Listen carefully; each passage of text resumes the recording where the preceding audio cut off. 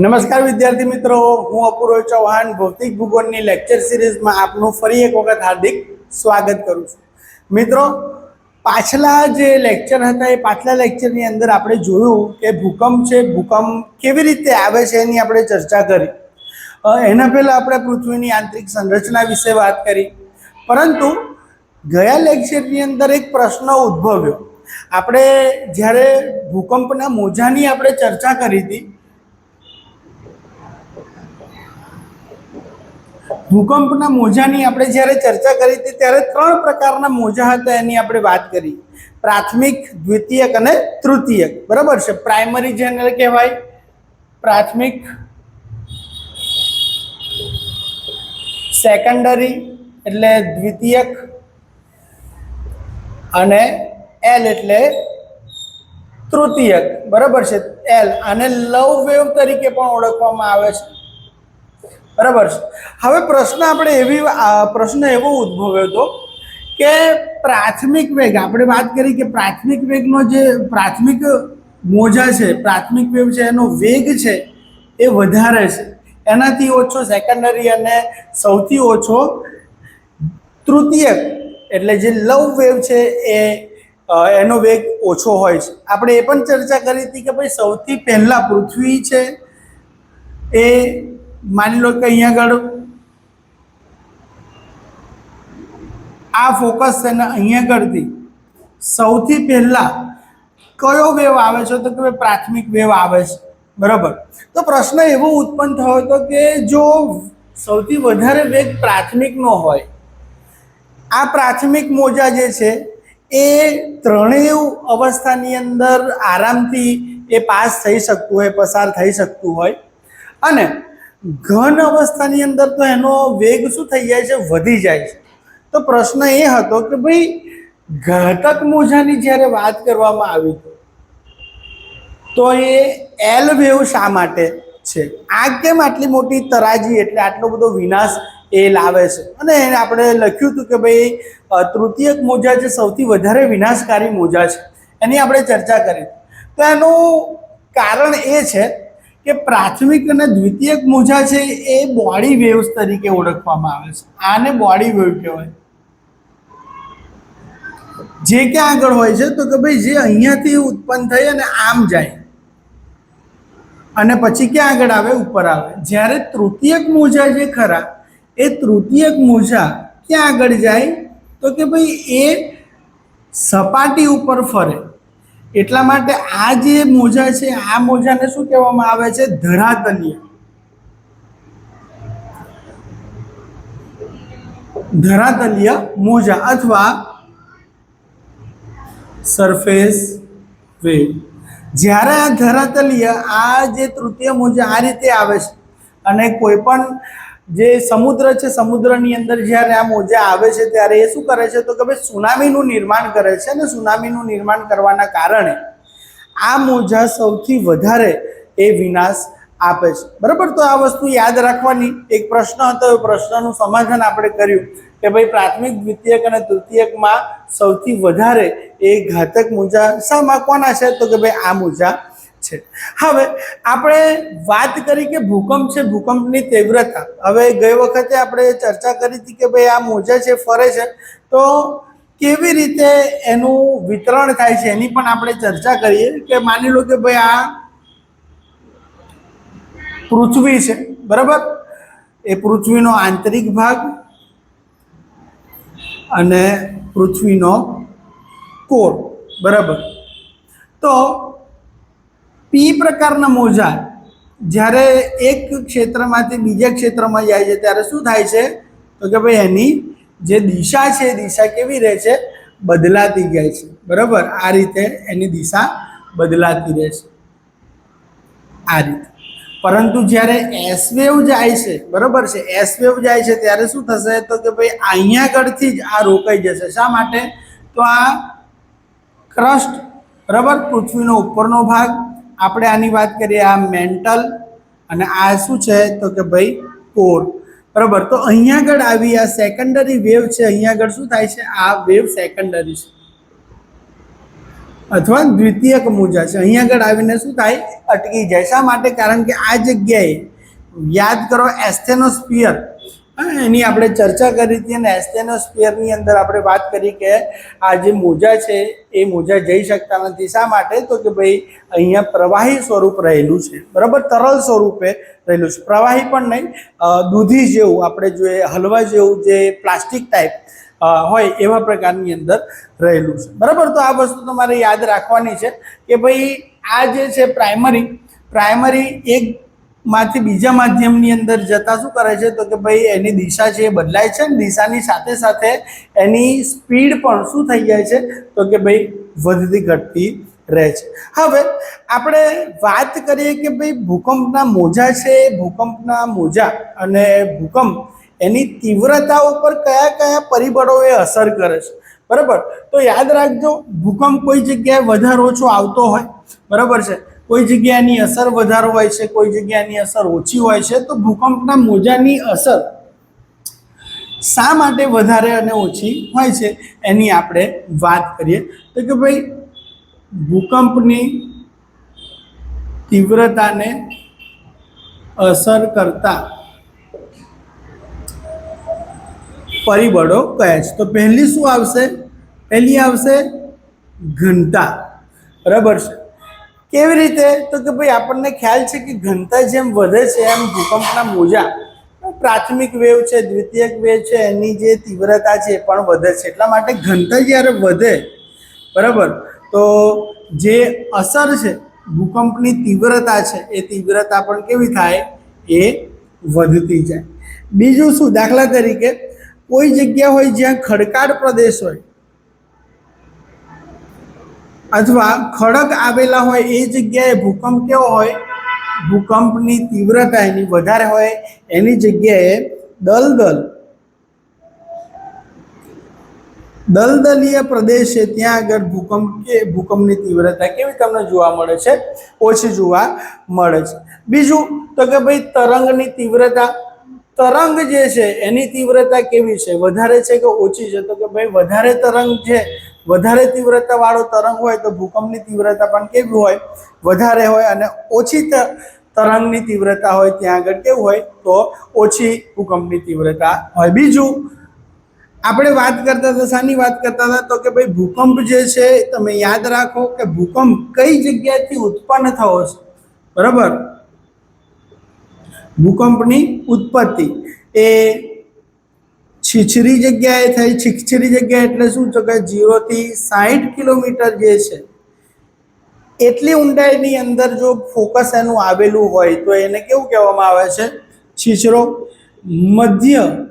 મધ્ય એટલે કેટલો? તો કે ભાઈ 60 કિલોમીટરથી 60 કિલોમીટરથી ચાલુ કરી અને 250 કિલોમીટર સુધી એનું જો ફોકસ હોય તો એને મધ્ય પ્રકારનો કહેવામાં આવે છે. અને ગહન અથવા ઊંડો એને 250 કિલોમીટરથી ઊંડું જો એનું કેન્દ્ર હોય તો ભૂકંપની ઉત્પત્તિના આધારે 3 પ્રકારે એ અસર કરી શકે છે, બરાબર. છીછરું હોય તો એના જે મોજા છે એ વહેલા સરફેસ સુધી આવી શકે છે, બરાબર છે. મધ્યની અંદર હોય તો એને આવતા થોડો વાર લાગે અને ઊંડાણની અંદર હોય તો એને વધારે વાર લાગે છે. તો એ પ્રમાણે ભૂકંપની તીવ્રતા નક્કી થાય. અને બીજું લાસ્ટ ચોથું આપણું જે પર્યાવરણ છે. હવે સાહેબ એવું થાય કે પર્યાવરણ કેમનું? બરાબર. તો અત્યારે આપણે જોઈએ છે કે માણસ એ પ્રકૃતિનો દુશ્મન થઈ બેઠો છે. એને જો એના ઘરની આગળ ઝાડ હોય તો એને શું થાય છે? એને એલર્જી થવા માંડે છે, કચરો પડે છે, હે ને. ત્યાં આગળ શું થાય? તો કે ભાઈ મારું ઘર એ નડે છે, સો બગડી જાય છે. પણ તમે યાદ રાખજો કે પર્યાવરણ જે જગ્યાએ વન પ્રદેશ અથવા ઝાડી ઝાકરા વધારે હોય, વૃક્ષો જે જગ્યાએ વધારે હોય ત્યાં આગળ ભૂકંપની તીવ્રતા કેવી હશે? ભૂકંપની તીવ્રતા ઓછી હશે, બરાબર. એટલે જો તમારા ઘરની આસપાસ ઝાડ હશે અને ભલે તમારા ઘરનો સો બગાડતો, જો કે ઝાડ તો કોઈ દિવસ ઘરનો સો બગાડે નહીં, ઉલટું એ તાપમાનને ઠંડુ રાખે, છાંયડો આપે, ફળ આપે, બરાબર. ઓક્સિજન, તમારા બાળકને ઓક્સિજન આપે છે. હવે તમે વિચાર કરો કે જે વૃક્ષ છે એ વૃક્ષના પાંદડા નીચે પડે છે ને તમે એવી કમ્પ્લેન કરો છો કે ભાઈ મારા ઘરમાં કચરું થાય છે, એ 2 મિનિટ તમે કચરું વાળી લેવો છો એ સારું પડશે કે તમારા બાળકને આ ધુમાડાવાળી હવા આપશો એ સારું પડશે? બરાબર, એટલે વિચારી લેવાનું શું થાય. તો પર્યાવરણની આપણે વાત કરી કે પર્યાવરણ એ સેફટીનું પણ કામ કરે છે. જ્યાં આગળ ભૂકંપની તીવ્રતા એટલે વૃક્ષો જ્યાં આગળ વધારે હોય છે, ભૂકંપની તીવ્રતા કેવી હોય છે? ઓછી થઈ જાય છે. બરાબર, જ્યારે નિર્વનીકરણની આપણે વાત કરીએ છીએ, નિર્વનીકરણ થાય છે એ જગ્યાએ ભૂકંપનો પ્રકોપ સૌથી વધારે હોય છે. હવે આપણે વાત કરીએ કે ભાઈ ભૂકંપ છે એ ભૂકંપ પૃથ્વીની અંદર આખા વિશ્વની અંદર કેટલા પ્રદેશો છે જેની અંદર ભૂકંપ શું થઈ જાય છે? ફેલેલો છે. તો યાદ રાખજો, સૌથી વધારે સંવેદનશીલ જે પ્રદેશ છે એ પેસિફિક કિનારાનો પ્રદેશ. આ પ્રદેશ, આ જગ્યા એ સૌથી વધારે સંવેદનશીલ છે. જાપાન, ફિલિપિન્સ, આ જે દેશો છે આ જગ્યા ઉપર આવેલા છે અને એટલા માટે જ ત્યાં આગળ સૌથી વધારે ભૂકંપ તમને અનુભવવા મળે છે. બીજી ક્યાં આગળ છે? તો કે બીજી મધ્ય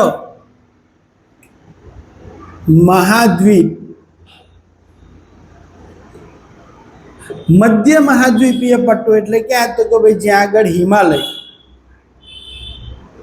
અને ભારત આવેલું છે એ જગ્યાએ સૌથી વધારે એટલે લગભગ 63% જેટલા જે ભૂકંપ થાય છે એ આ જગ્યાએ થાય છે. આ જગ્યાએ લગભગ 21%ની આસપાસ ભૂકંપ થાય છે. અને ત્રીજો પટ્ટો જે છે વિશ્વની અંદર જે વિસ્તાર આવેલો છે એ છે એટલાન્ટિક પટ્ટો. તો વિશ્વની અંદર આ 3 આપણે પ્રદેશો છે નક્કી કરેલા છે કે જ્યાં આગળ શું થાય છે? ભૂકંપ એની તીવ્રતા વધારે ઓછી તમને જોવા મળે છે અને આટલા જે ઝોન છે એ ઝોન તમને જોવા મળે છે. હવે પ્રશ્ન એવો થાય, જીપીએસસીની અંદર ખાસ કરીને પ્રશ્ન પૂછવામાં આવે છે કે ભાઈ ભારત એને કેટલા ઝોનમાં વહેંચેલું છે? તો યાદ રાખજો, ભારત જે છે એને 4 ઝોનમાં વહેંચવામાં આવ્યું છે. Zone 2, zone 3, zone 4 and zone 5. બરાબર છે. ઝોન 2, ઝોન 3, ઝોન 4 અને ઝોન 5 આની અંદર. અને ભારતે, તમને યાદ હોય તો આપણે વાત કરી હતી કે ભૂકંપને માપવા માટે કયા સ્કેલની જરૂર પડે છે? તો 2 સ્કેલથી મપાતા હતા. બરાબર છે. કયું સ્કેલ હતો એ? તો એક હતો રિક્ટર સ્કેલ અને બીજું હતું મર્કેલી સ્કેલ. બરાબર, રિક્ટર સ્કેલની આપણે વાત કરી હતી કે ભાઈ ભૂકંપની તીવ્રતાને માપે છે અને મર્કેલી સ્કેલ એની વ્યાપકતા એને માપે છે. તો યાદ રાખજો, ભારતે ભૂકંપ છે એને માપવાની પદ્ધતિ કઈ અપનાવેલી છે? તો કે ભાઈ મર્કેલી સ્કેલ. મર્કેલી સ્કેલ પ્રમાણે ભારતે આ ઝોનને વર્ગીકૃત કર્યા છે. એનો મતલબ શું? તો કે ભાઈ વિનાશનો પ્રભાવ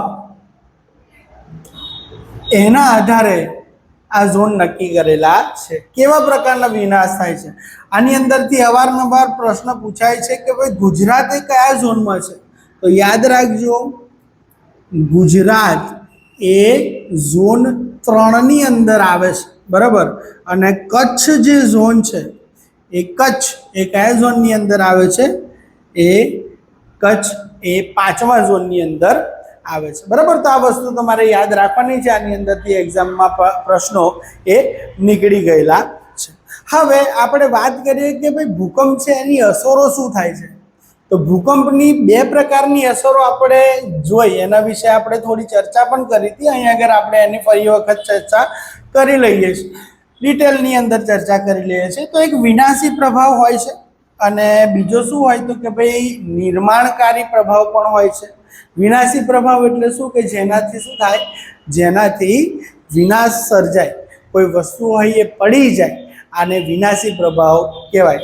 દાખલા તરીકે આપણને ખબર છે કે ભાઈ માલ સામાન એની હાનિ થાય. બરાબર, જ્યારે 2001ની અંદર ભૂકંપ આવ્યો હતો કચ્છની અંદર, ઘણા બધા જે બિલ્ડિંગ્સ છે, ઘણી બધી માલસામાનની વસ્તુઓ છે, લોકોના જીવ છે, જીવ ગયા હતા, બરાબર, બિલ્ડિંગો પડી ગઈ હતી, આખી જિંદગીની જે કમાણી હતી એ કમાણી બધી જતી રહી. વિચાર કરો, માણસે 25-30 વર્ષ સુધી સખત મહેનત કરી અને એનું પોતાનું ઘર બનાવ્યું હોય, એમના સપનાનું ઘર બનાવ્યું હોય, અને એક જ ઝાટકે આ ભૂકંપ આવી અને એ ઘર, એની અંદર રાખેલી બધી વસાયેલી બધી વસ્તુઓ, એમનો પરિવાર, એમના પતિ પત્ની, એમના બાળકો, આ બધા બાળકો આમને શું કર્યું તો કે એક જ વખતમાં વિખેરી નાખ્યા. તો આ શું છે તો કે ભાઈ વિનાશકારી અસર છે. આનાથી ઇકોનોમી કેટલી પાછળ જતી રહે. તો વિચાર કરો, હજુ સુધી પર કચ્છ એની જે પ્રદેશ છે એ પ્રદેશની અંદર અત્યારે સુધી પણ એના જે પરિણામો ભોગવીએ એ અત્યારે ચાલી રહ્યા છે. માણસ એ પરિસ્થિતિની અંદરથી ઉભરી શકતો નથી, અને મેન્ટલ શોક થાય છે, ઇકોનોમિકલી પણ એને ઘણો નુકસાન થાય છે. આખી ફરી એક વખતે સ્ટેબલ થવા માટે એને ફરી પાછા 15-20 વર્ષ 25 વર્ષ લાગી જતા હોય છે. અને એની સાથે સાથે આપણે જ્યારે જોઈએ એમના સગાવાલા કોઈ એમનું જે બિલવડ પર્સન જેને કહેવાય એ જ્યારે જતું રહે છે તો એની ભરપાઈ કોઈ રીતે થઈ શકતી નથી, બરાબર. તો આ વસ્તુ તમે વિચારો કે એના વિનાશકારી પરિણામો કેવા આવે છે. તો કે માલ સામાનનો નુકસાન થાય છે, ઇકોનોમિકલી નુકસાન થાય છે. સાથે સાથે તમે જુઓ છો તો કે ભાઈ સુનામી, બરાબર, સુનામી આવે છે. જો ભૂકંપ છે દરિયાકાંઠાની આજુબાજુ થાય છે અથવા દરિયાની અંદર થાય છે તો સુનામી આવે છે, ને એ સુનામી કિનારાના જે પ્રદેશો છે એની અંદર આવી અને ત્રાટકે છે. લાખો કરોડોનું નુકસાન થાય છે, ઘણા બધા લોકોના જીવ, માત્ર માણસ જ નહીં પરંતુ જે પ્રાણીઓ હોય છે પ્રાણીઓના પણ જીવ જતા રહેતા હોય છે, બરાબર. 2004ની અંદર જ્યારે હિન્દ મહાસાગરની અંદર સુનામી આવ્યું હતું અને એ સુનામીએ ભારત પર આક્રમણ કર્યું હતું, એ વખતે હજારો લોકોના જીવ ગયા હતા. અને એ બધી વ્યવસ્થાને ફરી બેઠી કરવા માટે જોઈએ તો તમે જુઓ તો વર્ષો નીકળી જાય છે, બરાબર. તો સુનામી આવે છે. અને બીજી વસ્તુ છે કે ભાઈ નદીઓના જે મુખ છે, નદીઓના માર્ગ છે, નદીઓના માર્ગને બદલી નાખે છે, બરાબર. બ્રહ્મપુત્ર, ગંગા નદીઓ છે એના માર્ગ બદલાઈ જાય છે. એક ફેમસ જોઈએ તો સિંધુ નદી,